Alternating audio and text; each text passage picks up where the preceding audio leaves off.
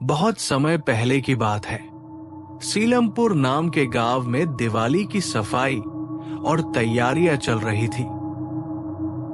बच्चों को तो दिवाली आने का सबसे ज्यादा इंतजार था, पर किसी को क्या पता था कि दिवाली से पहले उनके गांव में इतनी बड़ी मुसीबत आने वाली है। दिवाली से कुछ दिन पहले की ही बात है, जब एक रात एक चुड़ैल गांव में दाखिल हो गई। उस चुड़ैल के पास एक बहुत बड़ा अनार बम था। वो बहुत डरावनी थी और उससे भी ज्यादा डरावनी उसकी हंसी थी। आ गई मैं। इससे अच्छा गांव मुझे कहीं और नहीं मिल सकता था। यही वो जगह है जहां मेरा मकसद पूरा होगा, पर सबसे पहले मुझे रहने की जगह चाहिए। गांव में माला मौसी नाम की एक औरत अकेली रहती थी। वो पटाखे बनाकर बेचती थी। रात को वो अपने घर में पटाखे बना रही थी और सोच रही थी, हे भगवान, इस पेट को पालने के लिए अकेली औरत को क्या क्या करना पड़ता है, पर कर भी क्या सकती हूँ जब मेरा कोई है ही नहीं। तभी चुड़ैल उसके घर आकर दरवाजा खटखटाने लगी। इतनी रात को कौन आया? जरूर बच्चे होंगे जो मुफ्त के पटाखे लेने आए होंगे। अब भी बताती हूँ इनको। जैसे ही उसने दरवाजा खोला, सामने चुड़ैल खड़ी थी।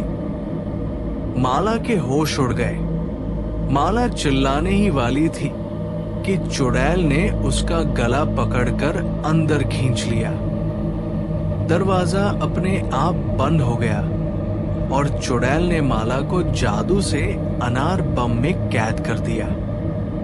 फिर वो माला का रूप धारण करके वही रहने लगी। अगले दिन चुड़ैल, जो अब माला बनी हुई थी, घर से बाहर घूम रही थी। माला मौसी, आज आप पटाखे बेचने शहर नहीं गई? हमेशा तो सुबह सुबह चली जाती है। हाँ, पर मेरी तबीयत ठीक नहीं थी, इसलिए नहीं गई। लेकिन आज मेरे पास बहुत अलग अलग पटाखे हैं। क्या तुझे चाहिए? लेकिन पैसे देने की जरूरत नहीं है। बस तू रात को 12 बजे आ जाना, ताकि किसी को पता न चले।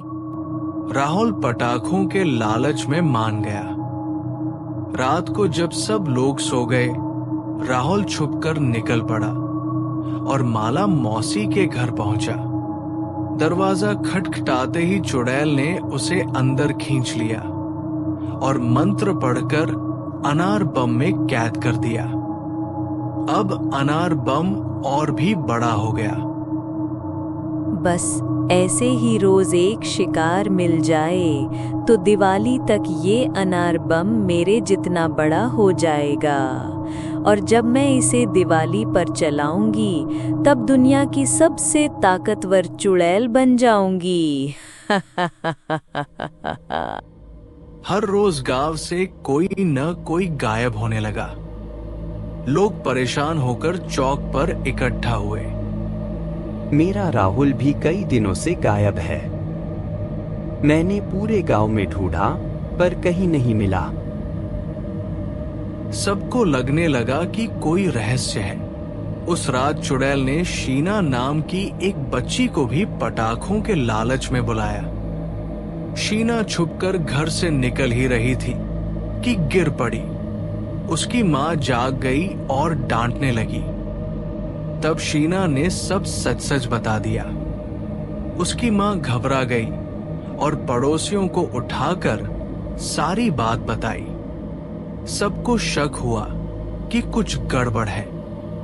हम शीना को माला मौसी के घर भेज देंगे और उसका पीछा करेंगे। शीना ने दरवाजा खटखटाया।